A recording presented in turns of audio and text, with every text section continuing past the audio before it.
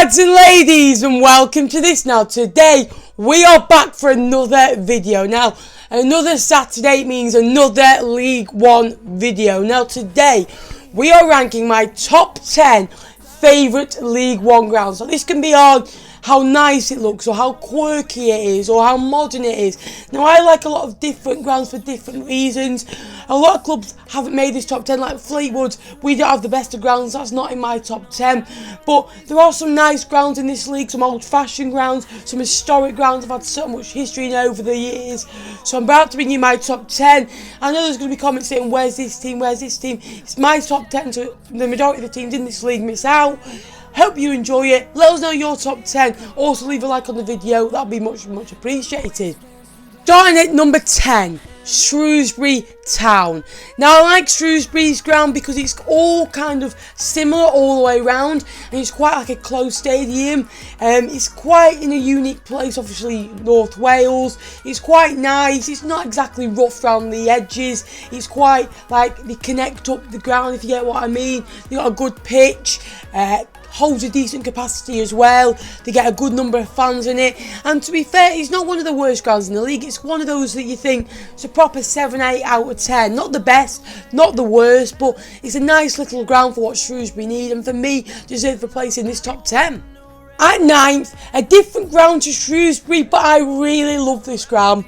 Lincoln City. Now they have the massive stand at the side that holds all their kind of atmosphere.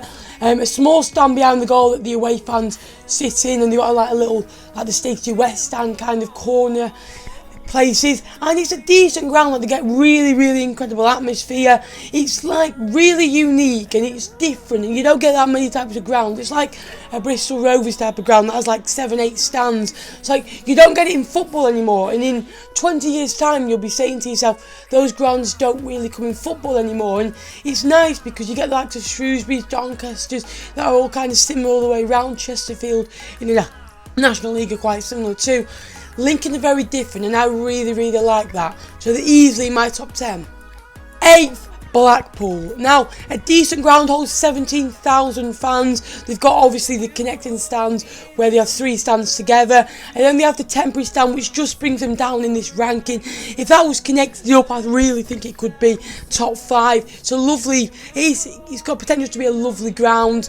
It holds a decent number, and they've got obviously the atmosphere behind the goal. And it's not the worst of away stands. Obviously it has a roof, which is good. Some clubs in this league don't have a roof, like the likes of Accrington, Stanley. I know Macclesfield don't have a roof in League 2 behind their goal. So it's good that they've got the good facilities, and easily 8th in this list. 7th, we mentioned them before in the video, Doncaster Rovers. Now I like their ground because again, it's all connected up, and the facilities inside the ground, what they do on a match day is absolutely fantastic. Stewards are really good as well. They've got kind of safe standing, which really has boosted them in this list. One of the only clubs in League One to do so. I think Shrewsbury have it as well. And it's really good. I like it because it connects up, it's a nice ground, and it's got great facilities. It's a good pitch as well.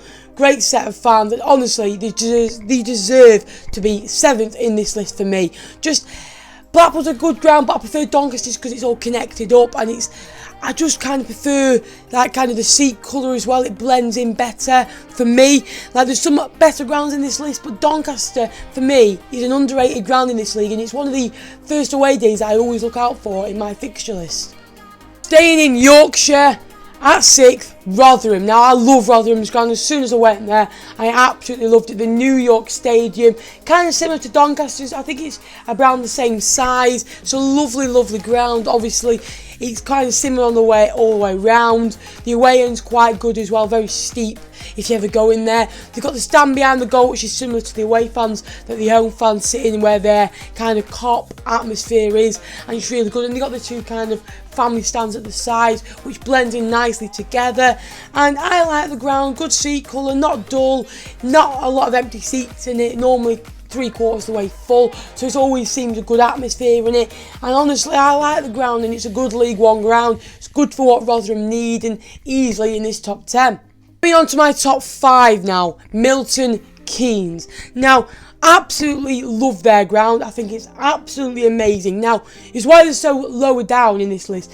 The seat colour is bland and it's absolutely boring. And the amount of empty seats, it doesn't help, and the ground, it just feels empty. It doesn't feel like a football match, and it doesn't feel like a proper ground, if you get what I mean, with that fan base it deserves that ground for. Like, it's got great cushioned seats, to be fair. It's a great big ground, and it's got potential. Obviously it holds 31,000 people, which is 5k more than the population of Fleetwood, which is absolutely amazing. They only get about 8-9k, again, lets them down, but lovely ground. The atmosphere can be pouring when you go, which I am taking in mind in this list.